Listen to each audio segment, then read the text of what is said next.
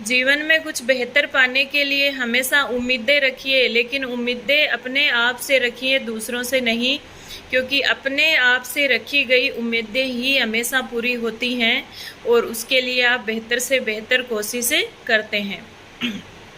नमस्कार विद्यार्थियों, आज हम जानेंगे ऋग्वेद की शाखाओं के विषय में कि ऋग्वेद की कितनी शाखाओं की चर्चा की गई है।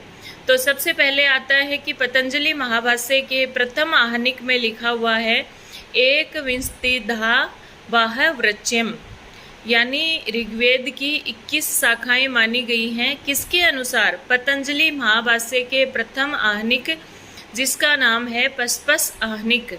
पतंजलि का जो महाभाष्य है वो 84 आहनिकों में बंटा हुआ है। 84 आहनिक उसके अंतर्गत हैं। उसमें जो प्रथम आहनिक है उसमें प्रत्येक वेद के शाखाओं के विषय में लिखा गया है। तो ऋग्वेद की कितनी शाखाएं पतंजलि जी ने बताई हैं? 21 शाखाएं बताई हैं, एक विंशतिधा। ठीक है।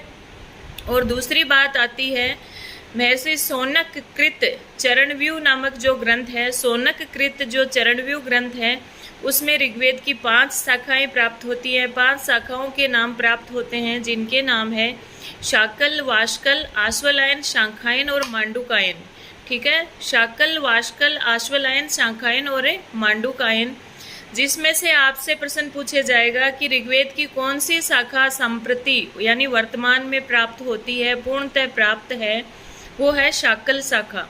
और शाकल शाखा को ही वर्तमान का ऋग्वेद कहते हैं, क्योंकि शाकल शाखा ही ऐसी शाखा है जिसके वर्तमान में संहिताएं, ब्राह्मण ग्रंथ, आरण्य ग्रंथ, स्रोत, ग्रह्य सूत्र सब कुछ प्राप्त होता है। बाकी जो अन्य शाखाएं हैं, चारों शाखाएं, वो पूर्णतः उपलब्ध नहीं होती, उनके कुछ भाग ही प्राप्त होते हैं। ठीक है।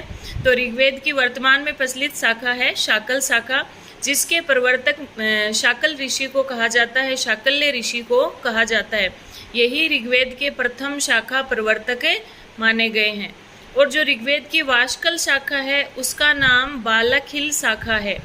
यानी ऋग्वेद की बालखिल शाखा किसको कहा गया है? तो वाष्कल शाखा को कहा गया है। और वाष्कल शाखा को क्यों कहा गया है? क्योंकि बालखिल किसे कहते हैं? बाद में जुड़े हुए मंत्र। और बाद में जुड़े हुए मंत्र किस शाखा में प्राप्त हैं? वाष्कल शाखा में। इस तरह से ऋग्वेद की 5 शाखाओं की चर्चा प्राप्त होती है, शाकल, वाष्कल, आश्वलायन, शांखायन और मांडुकायन। ठीक है, धन्यवाद। जीवन में कुछ बेहतर पाने के लिए हमेशा उम्मीदें रखिए, लेकिन उम्मीदें अपने आप से रखिए, दूसरों से नहीं, क्योंकि